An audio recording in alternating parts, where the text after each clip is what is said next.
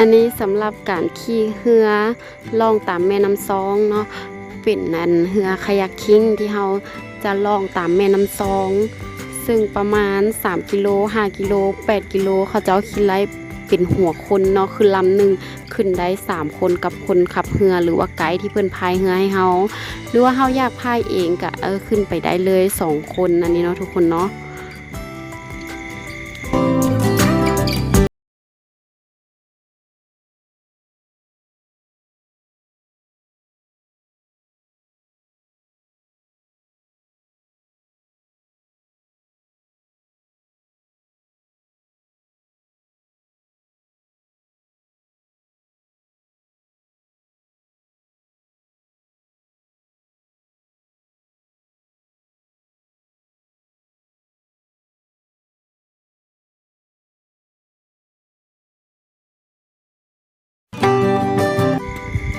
กิจกรรมต่อไป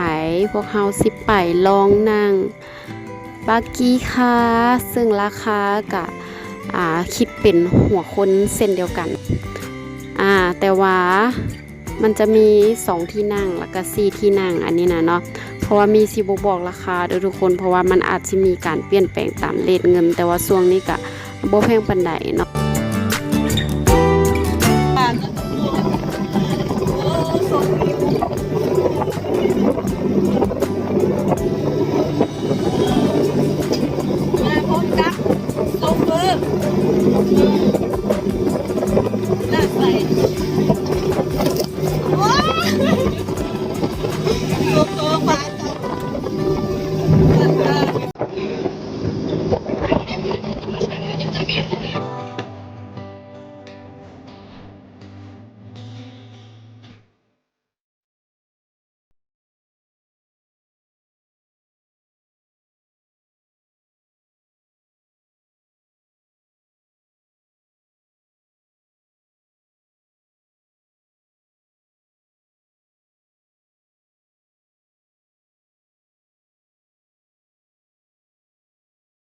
6จุดเนาะคือจุดสุดท้ายจุดที่6คือ